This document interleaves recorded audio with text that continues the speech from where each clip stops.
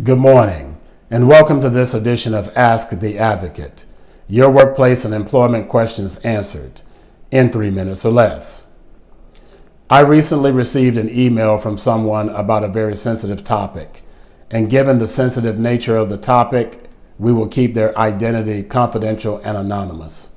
But the person wrote to me and stated that they have battled and suffered through anxiety and depression throughout their lifetime, and that at times it's hindered their ability to show up for work on time and to perform their work duties. They were recently approached by their boss, who asked them to resign from the organization and to do so in writing. They'd like some tips on the type of recourse they have available to them, so I'd like to provide that during this segment of Ask the Advocate. The first thing I would say to the person is do not resign from your position or role in the organization. The Americans with Disability Act has protections that are afforded each employee in the areas of physical disabilities.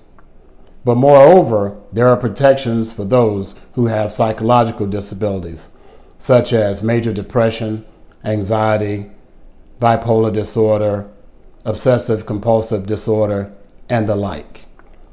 What you should do is seek the counsel of your Human Resources Department and request that you have a discussion with them on a reasonable accommodation that will allow you to be able to perform your work responsibilities. It could involve things such as rescheduling the time that you start your work assignment to match what you're able to do. It could be a reconfiguration of the type of work that you're asked to do, and maybe an extension on the time that you need to complete it.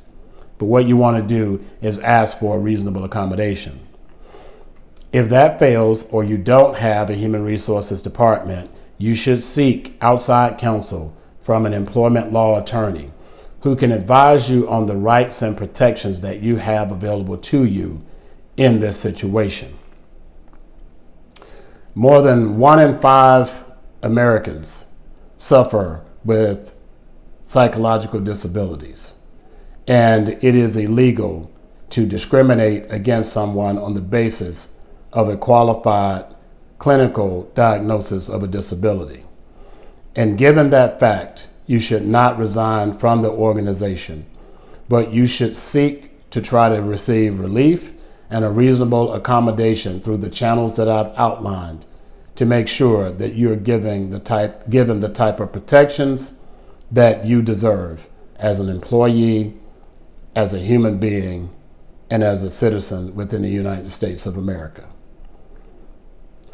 I also want to offer to people my email address, which is pdanielEEO@gmail.com. The EEO denotes my background as an equal employment opportunity investigator. I recognize that some of the questions that people have come to me in emails, and that folks don't want to list their questions in the comment section of the videos. So you don't have to do that. You can email me at pdanielEEO@gmail.com. I will leave that in the description box. And so that's it for this segment of Ask the Advocate, your workplace and employment questions answered in 3 minutes or less. Please like, share, and subscribe to this channel, and we will answer any questions that you pose via email or in the comment sections on the next edition of Ask the Advocate, your workplace and employment questions answered in 3 minutes or less. Thank you.